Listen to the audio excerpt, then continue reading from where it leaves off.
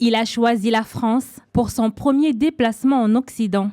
Joseph Aoun, élu en janvier, est dans la capitale française pour une rapide visite de travail.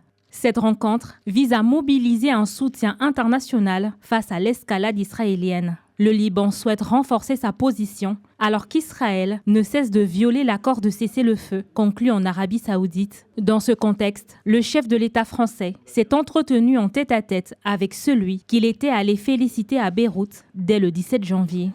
Je veux ici dire toutes mes pensées et ma solidarité aux Libanais, aux Beyrouthins qui ont subi de nouvelles frappes ce matin en violation du cessez-le-feu. Et que le regain de tension observé de part et d'autre de la ligne bleue marque aujourd'hui un tournant. La France continuera d'être à vos côtés pour préserver cette souveraineté et assurer pleinement justement votre sécurité.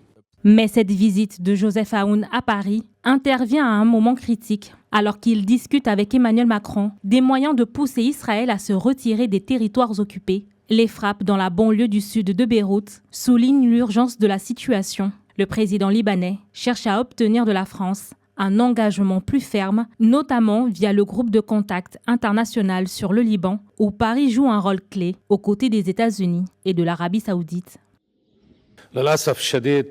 Ce matin, Israël a repris ses agressions contre notre pays. Il y a un accord de cessez-le-feu et des garanties qui viennent des États-Unis et de la France. Le Premier ministre a pris contact avec la déléguée américaine pour le Moyen-Orient concernant le cessez-le-feu et les opérations de contrôle au sujet de ce bombardement israélien incompréhensible et injustifiable. Ce qui se passe renforce notre détermination et notre engagement à reconstruire notre pays et notre armée et à étendre notre contrôle sur toutes nos terres.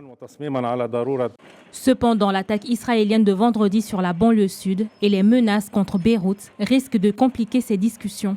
Plus tôt dans la matinée, l'armée israélienne avait annoncé mener des frappes contre des cibles du Hezbollah dans le sud du Liban, frontalier d'Israël. Israël a dit riposter au tir de 2 projectiles, dont l'un a été intercepté et l'autre est tombé sur le sol libanais. Le Hezbollah nie en être à l'origine. Les frappes israéliennes ont fait 3 morts et 18 blessés.